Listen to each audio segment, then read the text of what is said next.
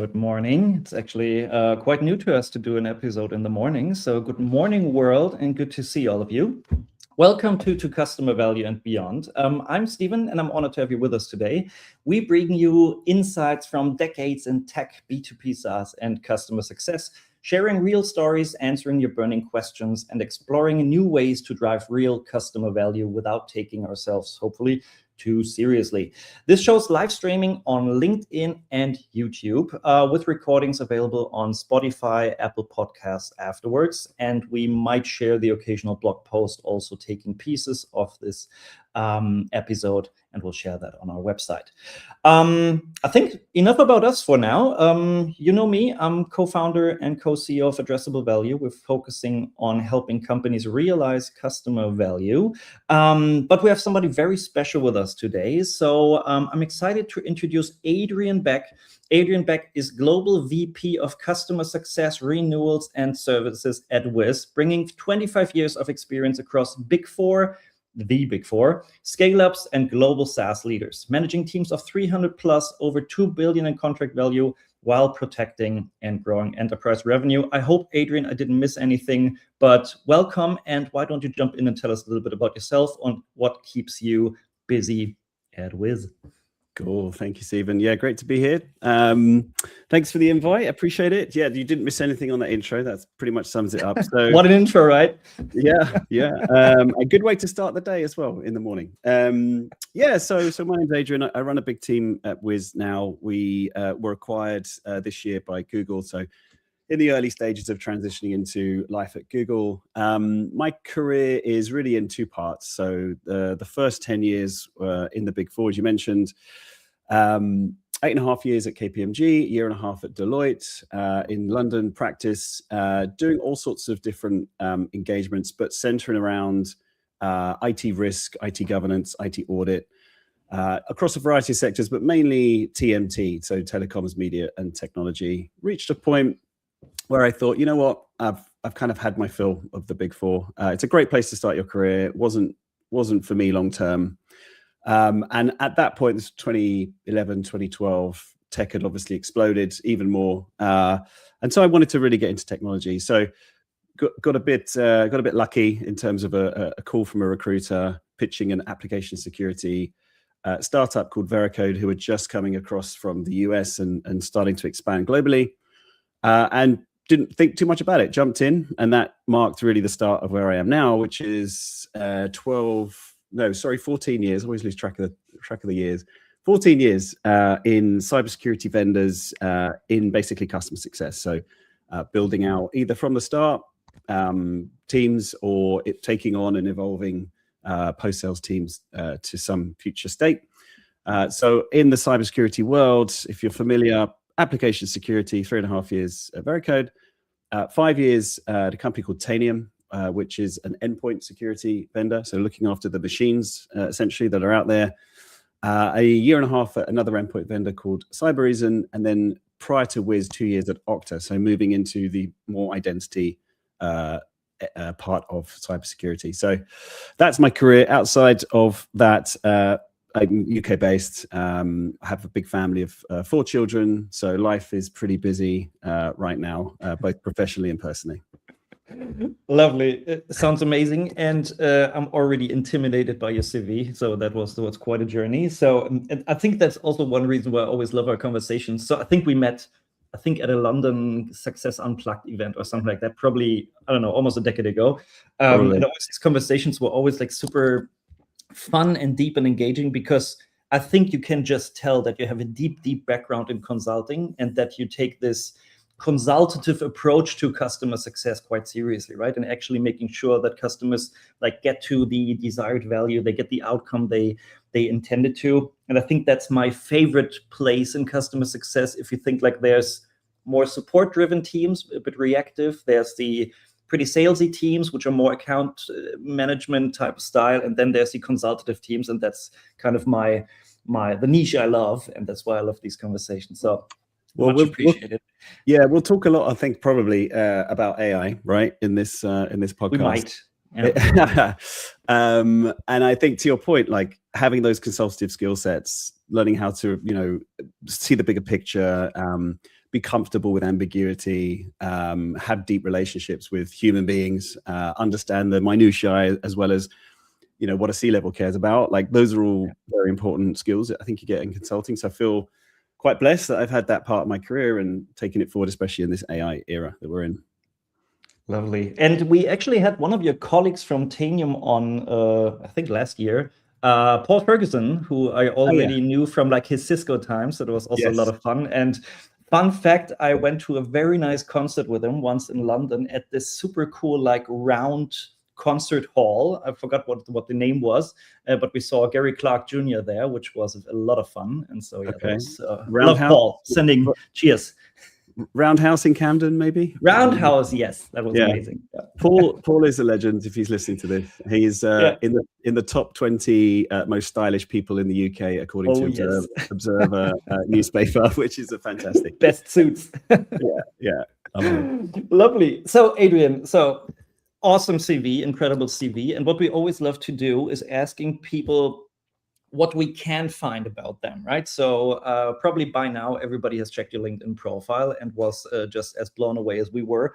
But what's not on there, right? So what is maybe like a secret little or tiny little bit that we wouldn't find on your LinkedIn page where you think that actually tells people a lot about you? Well, the clue is behind me, if you guys can see. So yeah, I growing up in London, a child of the 80s, I guess, and a teenager in the 90s, electronic music was basically everywhere. So even in the 90s, you know, you had the Britpop explosion, but there's so much creativity and so much great music. It's such a great scene that, you know, it's sort of stuck with me ever since. So behind me, I have DJ decks, and I have a vast music collection. And when I get time, which isn't very often, I do like to DJ. And then when I feel inspired and I have the time, I'll curate a mix with a certain theme, and I will stick it on a Mixcloud page that I have. You wouldn't associate the page with me, so there's a separation here of professional Adrian and DJ Adrian potentially, but yeah, it's a hobby of mine that sort of keeps me grounded in that sense. Yeah, I love it. So I guess I will need to hear some of those records. And of course, everybody, if anybody wants to comment, Adrian, please share. We can't wait to hear it, right? So maybe somebody will comment, right, and might make you feel challenged to kind of post it, right? So feel free to do that. Otherwise, we'll respect that. That's the other Adrian that's not here today. Yeah, send me a LinkedIn connection and a DM, and maybe I'll share it. Perfect. So you told us a little bit about how the consultation or the consulting background helped you with understanding different stakeholders, different level of folks you're working with, understanding where they're trying to go. What was maybe one skill from this past, maybe an unexpected skill that helps you survive, especially in this like hyper growth environments you're in? What is like a skill that helps you manage that or tackle that? Yeah, I don't know if it's a skill. I mean, there's tons of skills that you pick up throughout life, right? But particularly in the Big Four, I mentioned a few earlier.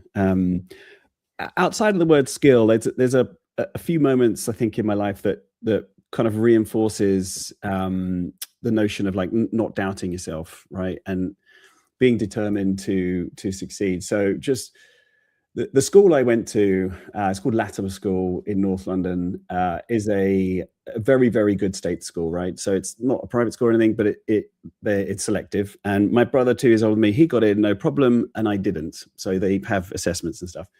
And I was like firing pretty well in many things at that stage in my sort of childhood, right? I was learning instruments, playing sports, and doing good work at school, but I didn't get in, and it hurt me a lot.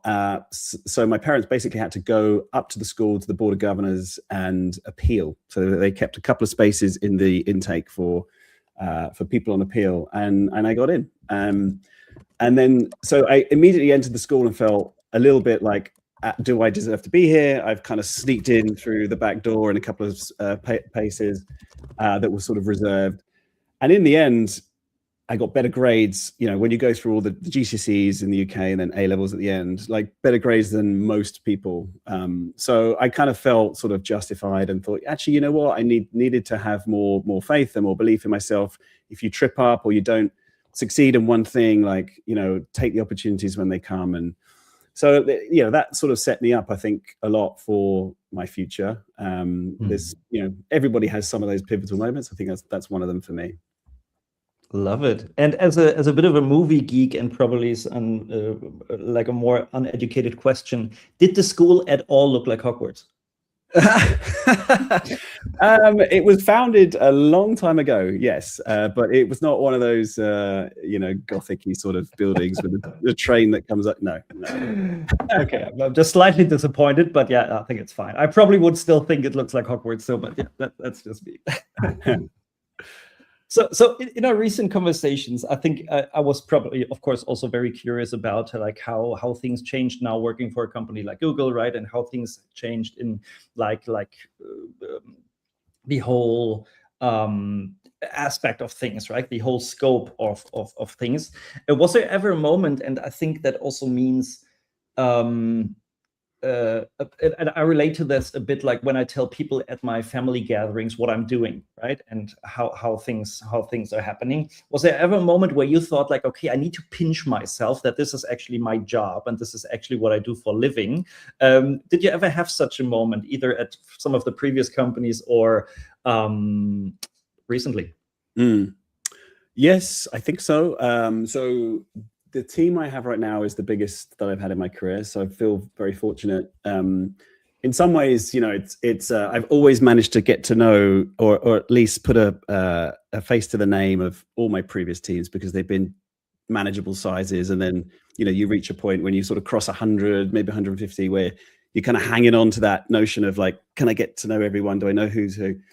This time around, little different. So 300 is a big number. But we were at sales kickoff in Vegas back in March, and we had a team dinner. So big Vegas hotel, you know, tons of massive rooms, and we all gathered.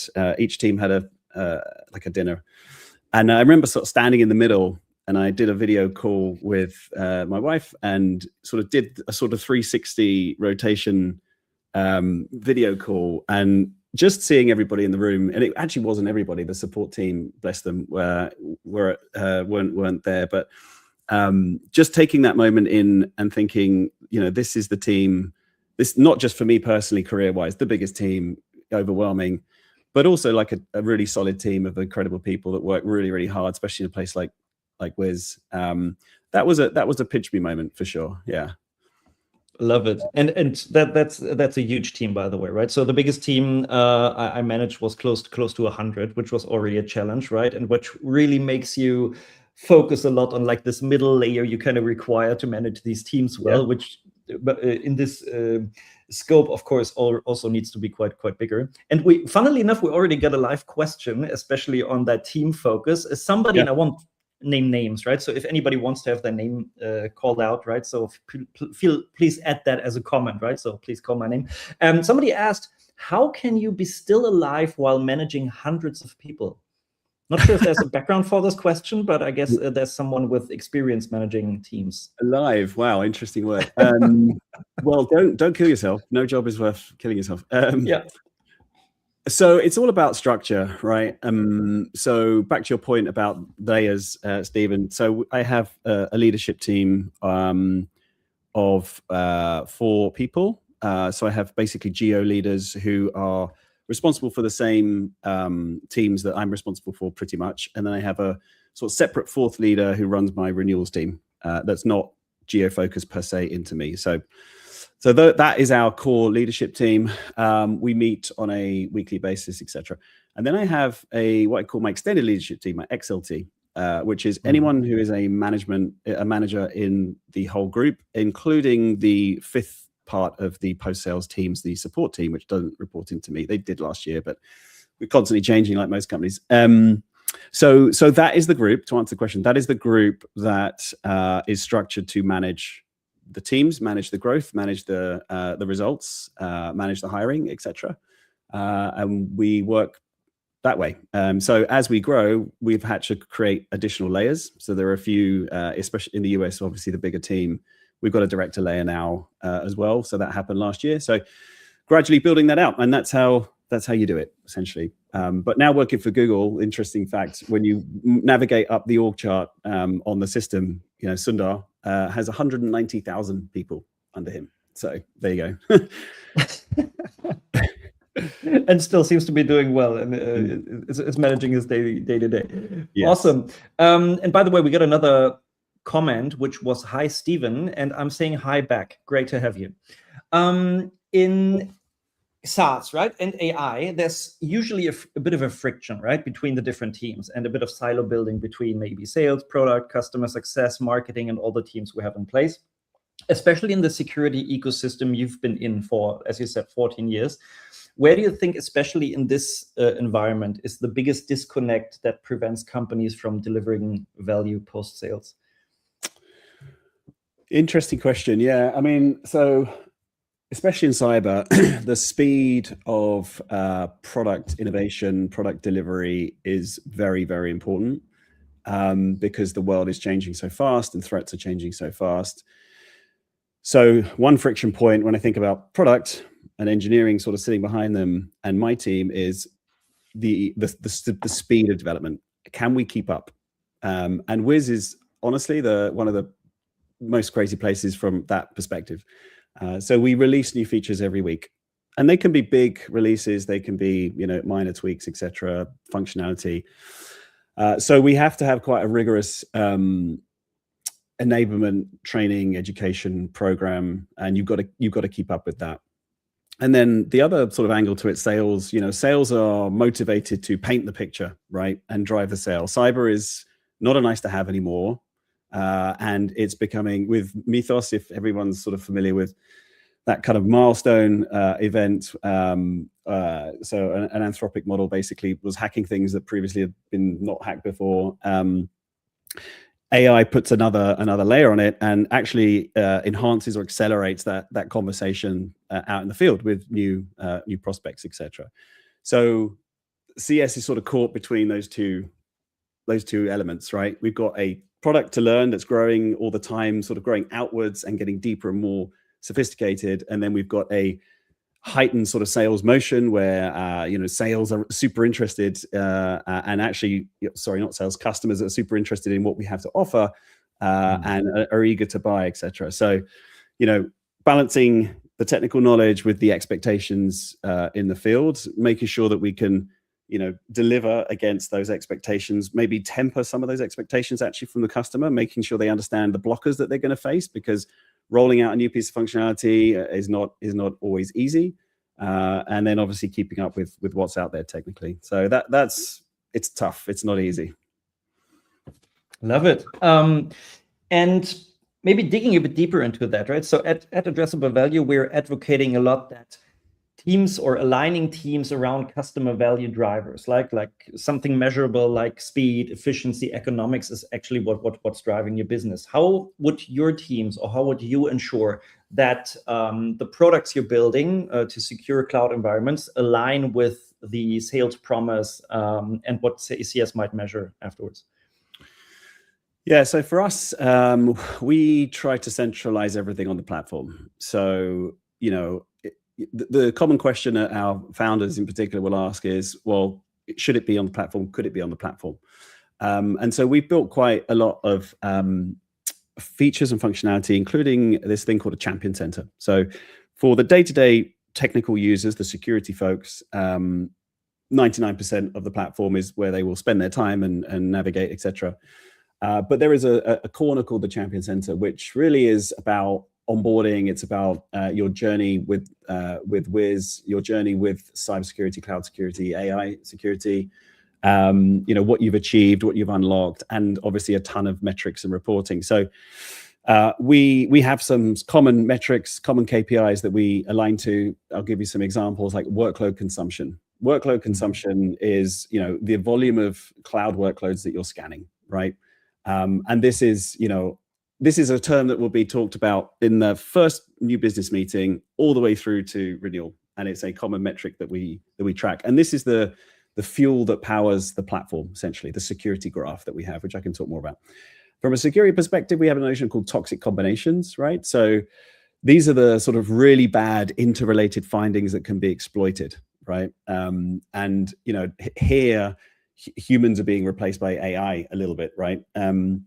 But for example, like an internet-facing virtual machine with a vulnerability, with an overly permissive identity role that sits behind some secrets or some sensitive data. So that chain is pretty bad. So we talk about toxic combination. We actually publicly celebrate what we call zero criticals. So naturally in a security tool, you'll have a critical issue, you'll have all the way through to sort of low. The criticals are the ones that obviously you need to focus on. So we have a zero criticals club, where if you've crossed that line and you have no zero criticals, great, you get a badge, right? And 50% or more of our customers are zero criticals now. And that's kind of like the march to safety. Other things like MAUs, monthly active users, security scores, etc. So there's a ton of things that is a sort of whiz framework of metrics and language that is common across the customer journey, from pre-sales all the way through to renewal, and very common across teams as well. So yeah, that's kind of how we would kind of align from that perspective. Love it. And can you maybe to dig deeper into exactly that topic? Because we've collected quite a bit of experience around supporting companies in identifying what to measure, right? So are you increasing efficiency? Is it customer satisfaction? Are you increasing the speed that your customers can work in? Is it revenue? Is it cost reduction, right? So different kind of focus areas, some might be combined, but especially in the security field, right? Or also in the compliance field. Something I saw with customers we had in the process management space in the past was also where you had, for example, energy companies, which you just supported in not paying million high penalties, right? And just supporting them, keeping that at zero or as low as possible. How difficult is that for your sales and customer success team to basically say, we're not aiming for the highest number, we just try to keep that at zero, right? We just basically keep it down here, and it's tough to compare zero to zero, right? So zero is great, right? So how is that maybe challenging, especially in your field where that's a focus, or are other metrics maybe adding to that which round up the picture? Yeah, yeah. So what you're referring to is in the cyber world. I think about cyber software in particular as sort of like an insurance policy. You're buying it to make sure that nothing goes wrong. If it goes wrong, that you've got a safety net of some kind. So a value from a very surface level perspective is, my technology prevented something from happening. So nothing happened. Right? Nothing happened. That's great. You didn't get hacked. I mean, the average breach is, I think in the US, is like $10 million. Globally, it's like 4.5 or something like that. So right there and then, if your technology is as broad as maybe Wiz and Tadium was too, you could probably pin yourselves to, well, you didn't get breached. X number of breaches happen per year. So let's put a dollar figure on that. That's great. It's a slightly tongue-in-cheek comment or phrase, right? That your ROI is that nothing happened. There are many good things that need to happen, often unrelated to you and your software and what your teams have delivered, to prevent those bad things happening. There's people, there's other technologies, there's upgrades and patches and all of that.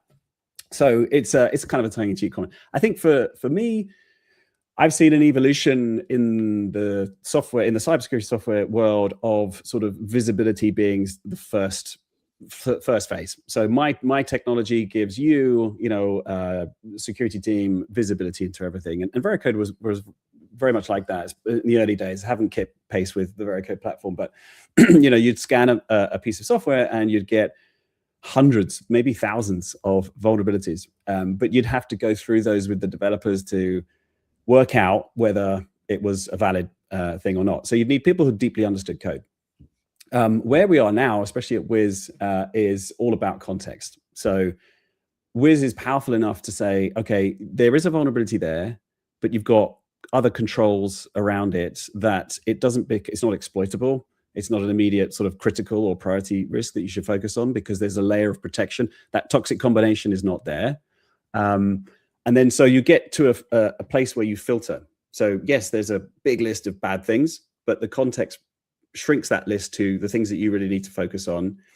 And then this is now where the ball is passed back to customers, is we can't, unless professional services come in, which is a separate conversation, or a partner that comes in to actually do some hands-on keyboard work, we can't change the business. We can hammer home the message and provide the data and provide the best practices and tell them what other customers are doing. But really, if there's code to be fixed, there's a developer on their side somewhere that needs to fix the code. Or if there's a upgrade that needs to happen, it's a operations person sitting in a network operations center or something like that, right? So you've got it to get to that position where you get to zero criticals. It's really down to the customer.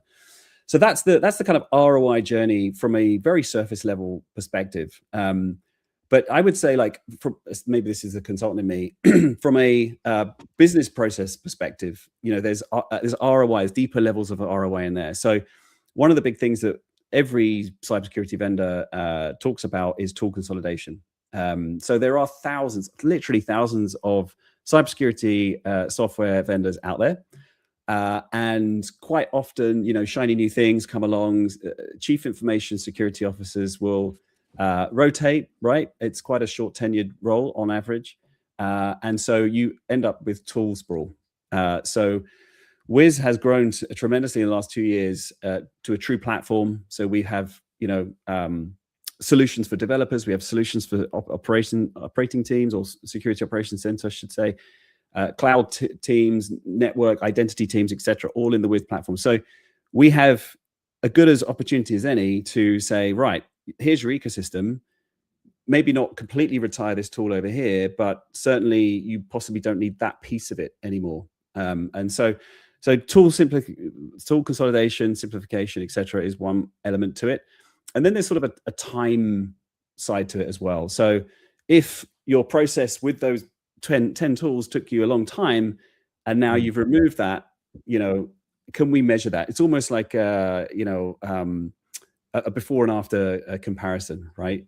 So the context from a Wiz perspective on our security graph helps to identify some of those areas where time can be saved. So if you just think about that sort of throwaway phrase of, well, nothing happened, but you peel that back, dig deeper, there's a host of value stories that you can pull out should you do the right thing. But as I said, a lot of it is related to the customer themselves and pushing them to do the right thing. And they should, because a breach is bad. Nobody wants to be hauled up in front of a audit committee, etc., or a regulator, if they can help it. I love it. And I really can tell that you put a lot of thought into also peeling this onion a bit, right? So from the surface level, understanding what the value is, and there we are back at this consultative approach, right? And really understanding what kind of the value for your customers is, and really explaining to them how to look at it, because I think that's in the end also what makes you successful in this environment, where you need to have like a bit of a shared accountability with your customers, right? Where you make sure, okay, this is what we can deliver. This is how we can proactively guide you, but you still have homework to do, right? You got a budget to get a software and to get services involved and to get this done. And I think this is why these then in the end value metrics are so important, because you want to say, okay, what are we actually aiming for, right? What are we striving towards and how do we get there? And I think that's why it's so important. And I think a key aspect of this, right, and of the complexity of this, of course, gets changed by AI nowadays, right? So a lot is changing, a lot is improving. I just had a recent extreme example from a friend working in a government environment in Germany, who told me that for certain investigations, they're still reading through thousands of pages of messages to understand it, because they're not allowed to leverage AI, which in our environment is just mind-blowing, right? That you can't. So I bet that in your environment you're able, capable, and have access to quite the latest tech and the latest models in the AI space. And maybe getting to a question is that, how does that change how you do cloud security and also your CS operations today? So are there certain areas where you think, okay, AI is having a tremendous impact in how you work? And maybe add a bit of, are there also areas where you wouldn't trust basically to put this on AI autopilot yet? Yeah.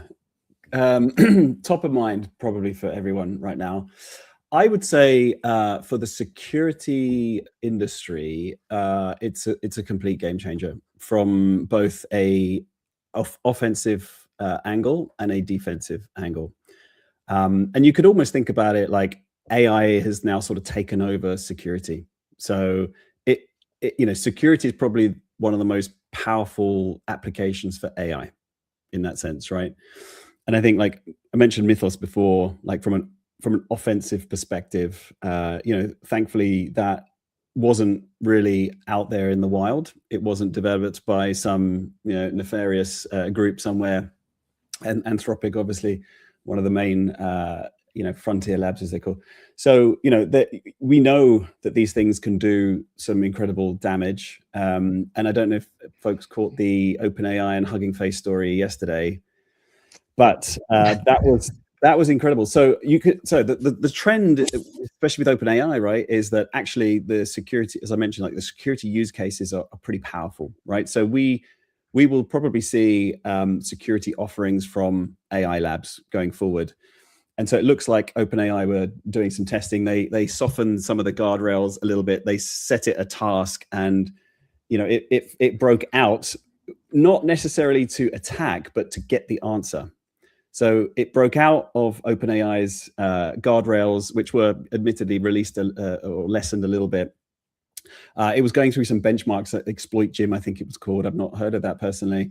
And then, it broke out and it thought, you know what, Hugging Face potentially has the answer to the test that I'm being asked to run. So they went out and they broke into Hugging Face to get the answer to the test, exploiting multiple vulnerabilities and stolen credentials and other things like that. So that's actually today becoming a big story now. So worth reading. So net an absolute game changer for security. On the defensive side, actually hugely advantageous for businesses, for cybersecurity vendors as well. So Wiz has pivoted, rightly so, into an AI first approach. We've had AI agents in the platform for a while now, but more from a chatbot, help me learn and understand. Now we have 3 agents in the platform that do security use cases in particular. So a red agent that is basically a automated penetration tester, somebody that will go through your environment, go through your findings and sort of hack you and give you findings. A blue agent, which is more defensive, and then a green agent, which is the how do you fix it? So you found something here. The green agent will pull together all the right remediation steps, etc. So it's an incredible point actually to be in the security industry. One walk around a security conference will tell you everything that you need to know. For CS, I think it's a little less clear, if I'm honest. I think when you think about security and all the things I've just described, OpenAI models breaking out and hacking into Hugging Face, they can only do that because protocols and systems are fairly common, right? Like they're standards out there. There's industry standards of how to connect and how to navigate, etc. When you deal with customer success, you're dealing with humans. You're dealing with businesses of all shapes and sizes in all 4 corners of the world, speaking different languages. And those businesses are doing capitalist endeavors of all sorts of things, selling products and building, machines and all of that. And so we've got to be able to, from a CS perspective, using AI, we've got to cross some of those boundaries that are, I think, a lot harder. The one piece that I think is going to be exciting is like the agentic element of AI in the CS world. So, we know that CS for the last 15 years has had too many elements of reactive, data research, producing decks and, finding out the right information. Very soon that will all be gone. So what does that mean? That means the speed at which we can accomplish a larger volume of tasks will be like nothing else we've seen before. And that pattern is, repeated through history, right? Imagine in the 80s and 90s where we, were sitting in an office maybe with an early PC, but we didn't have internet access. We just had maybe emails. Documents weren't, crowdsourced or we couldn't work online together on a document. So and this is when I started my career, you'd be emailing an Excel file to somebody. You'd have to wait, right, for them to do their edits and come back. So think about all of that gone. Okay. So all of it's gone. And I think what we'll end up in is us being even individual contributors will be managers of agents, right? And those agents will allow us to cover more accounts, accelerate faster, and actually, like, back to my point, like, improve our human connections. Like, we will probably spend more time building relationships, and I hope, like, traveling to customers' sites and meeting people and having workshops. And so, like, it's a win-win-win potentially for everyone. All of that kind of low value, high volume work will go away, and you're left with the human element, which hopefully will always remain important. I just heard so many CSMs I spoke to over the last, I don't know, 13, 14 years, breathe deeply in relief that some of these like very cumbersome tasks will go away at some point, because I'm kind of used for CS teams to be the like most busy ones with the fullest calendars and like fully busy with so many small tiny tasks left and right, and that some of that will disappear. It's quite nice probably. And thank you also to the news, right, to providing us with a bit of an autopilot example from yesterday, which is always helpful to have some real world examples of also what things can go wrong, and which also shows us a bit like sometimes it's also nice to build a bit in public, right, and have things happen in reality so we can learn from it and kind of think how to prevent things and work around it. So yeah, thanks for that example. That it was look up the news story.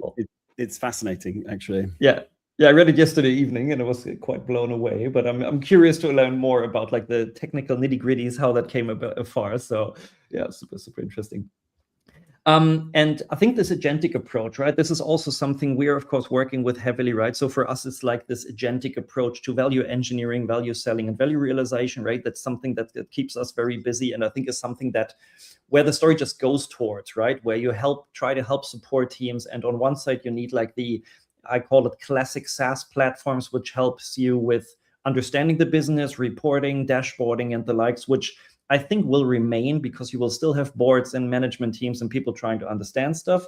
But then at the actual work, right, the maybe autonomous agents, right, that will just go out there and try to find vulnerabilities, but also like the co-pilots, right, that support your sales team to be better, that support your CS teams to work better. I think that will actually be a big future. And I think all these three will remain relevant. But what is maybe something, and could be a buzzword, could be something happening in AI today where you think this will actually disappear? So we just spoke about three things that will remain. Are there any like buzzwords or anything that's currently discussed where you think either sadly or happily this buzzword will be gone by next year? Oh, buzzwords. We have a few.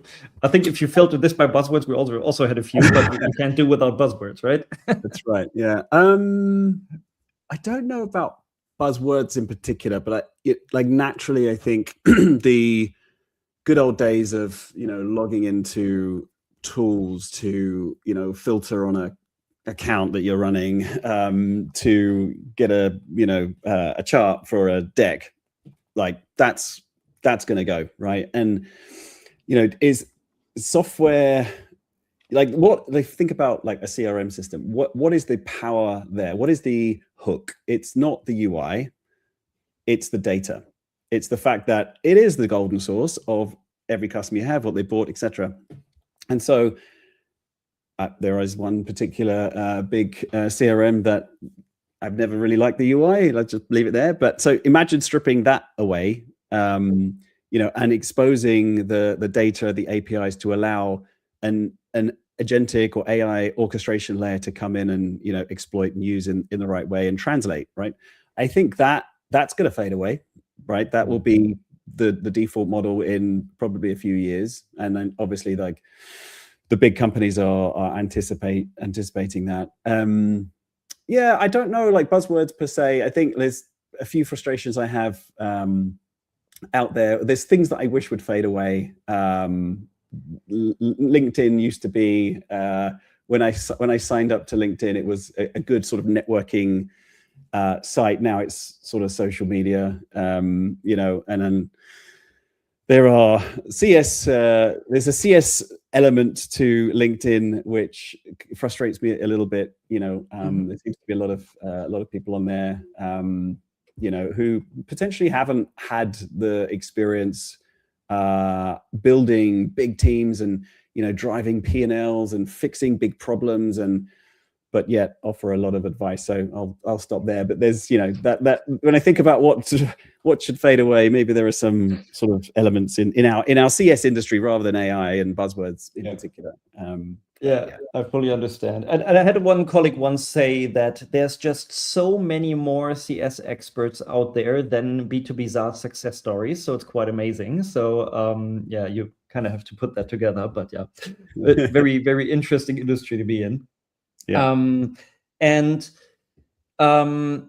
Thinking about things that are changing, right? So with AI, a lot of things are changing with the focus on value. Companies, rightly so, especially also in the AI space, asking for like, what's the ROI, right? What's really happening here? Why am I investing like millions, maybe billions into AI approaches? Why am I counting tokens? What is the actual value of what I'm gaining here?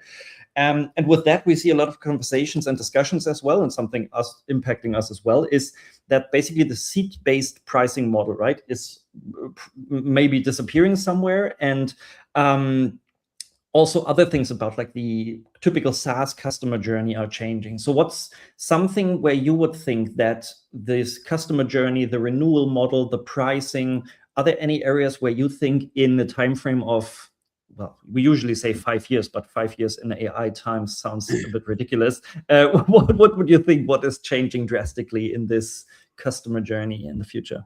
Yeah, you mentioned licensing. I think so.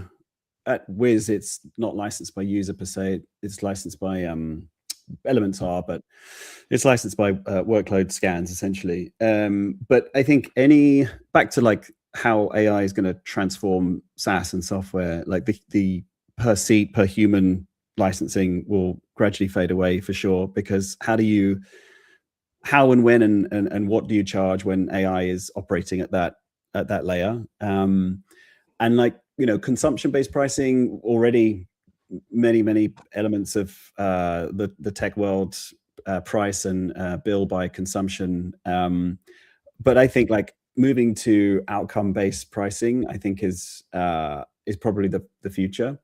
And if you think about the words customer success, well, that is the justification of those words, customer success, right? I will pay you if I have achieved success as your customer, right? I think the other thing I'm thinking about is, in the future, from a post-sales support package monetization perspective, like customers will expect that 90%, maybe 100% of their needs will be catered for by the product, by the AI features in the platform, and we've certainly moved, very fast down that road. We there's enough evidence to say that customers are self-serving on the platform with our AI tool in there, one of them. But so then where does that leave us? That leaves us back to the point of like CS, especially those that are consultative in nature, have a great opportunity to be that super high touch monetized line item. Getting out there, being strategic, maybe having a larger book of business because you've got the orchestration of the agents doing the grunt work, so to speak. So I think that whole licensing model, the whole post-sales delivery model is going to be flipped on its head. What the exact model that ends up being the default industry standard, TBD. But I think we've got enough signs to know that things I've mentioned just then could be the direction. Love it. And I love especially the piece about like customer success as a term in itself, right? If you read some of the like earliest publications on customer success, right, it's basically describing what we're looking at today in terms of ROI and customer value and what you're focusing on. I think that's sometimes where this like these terms, customer success, are somehow have lost a little bit of their focus on this tangible value, right? And this is why everybody's talking about ROI or customer value, because customer success in itself sometimes is perceived a little bit like maybe support or glorified support or reactive services component, right? And I think that's where actually things are moving back towards. And I think that's actually helpful and healthy for the space to actually have a very specific thing to be measured on. Well, AI will drag us kicking and screaming out of that world. Yes. For sure. And I think it already does. Yeah. There will be no more justification of us being, reactive and low value, because AI will hopefully your employer, your software that you sell and run and deliver, etc., will build that for you, and then you must position yourself to be this future state.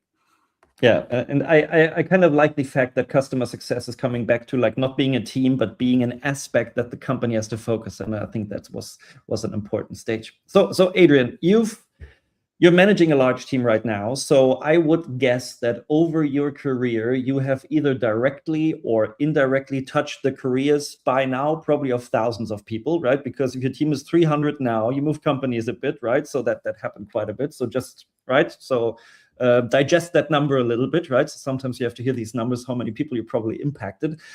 So looking at that and looking at what's changing and how the industry and AI is changing everything, what is maybe one area or one skill or something where you would suggest people in customer success, in value operations, but maybe generally in SaaS and AI should focus on to be kind of prepared for the future? And that's sadly also the last question I have for today.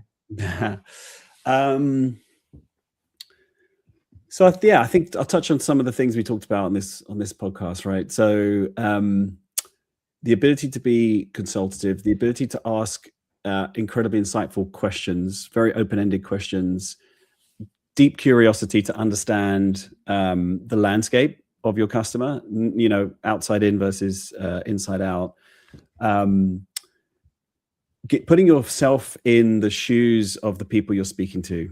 It's not easy, but you have to do it. You have to really understand, like, what is their job? What do they do? What are they measured on? What are their ambitions? All of these things I don't think an AI agent is ever going to do, right? Because, well, who knows? But that I think is critical. And back to my point, like, if we have the low value work taken away, everyone has to pivot to that, right? Because that's what will be left, and frankly, that will be the best bit. So those kind of skill sets, I think, are going to be really important. The other element, and we've touched on it, is like AI orchestration. So we've got an incredible CS operations team at Wiz, one that we've invested in. So we were always slightly under-resourced, and now we're moving out of that, and we've been able to be a bit more proactive with what we work on. But what an opportunity if you're in CS Ops to define the future operating models, right? So Ops historically built tracked dashboards, built health scores, managed CRMs and other systems. We're seeing it here. Like, CS Ops are coordinating vibe coded platforms that fill gaps that we have, right? They're using natural language to build workflows. They're building proactive alert systems. And then when we get there, we are working on an agentic layer. So different agents to do different pieces of the internal customer journey, handoffs, deployments, risk agents, those kind of things. It might take a little bit of time, but the operations people will be building the framework for the 300 people in my team and more in future to use those agents in particular. Like, so that is an incredible asset for your career to say that you've really built that, and it's brand new. Like, I'm sure other big vendors are doing interesting things, but it's not commonplace right now. So I think that AI orchestration and governance layer or role or skill set is going to be unbelievably valuable in the future. Love it. So to all of Adrian's fans out there, there's a lot to digest for today. So take that with you and use that to develop further. So thank you so much, Adrian, for joining us today. It was a great pleasure. Always great to reconnect. And next time I'm around, we definitely have to meet in person again. So thank you so much for joining today. Speak soon. And to everybody else out there, thank you so much for joining. It's a wrap. I want to thank Adrian again for just sharing his incredible insights on proving customer value, navigating hypergrowth, and redefining customer success in cybersecurity. To our audience, thank you for tuning in. You can find show notes and links on Adrian's profile and Wiz in the description. Until next time, remember, the journey never ends to customer value and beyond. Bye-bye.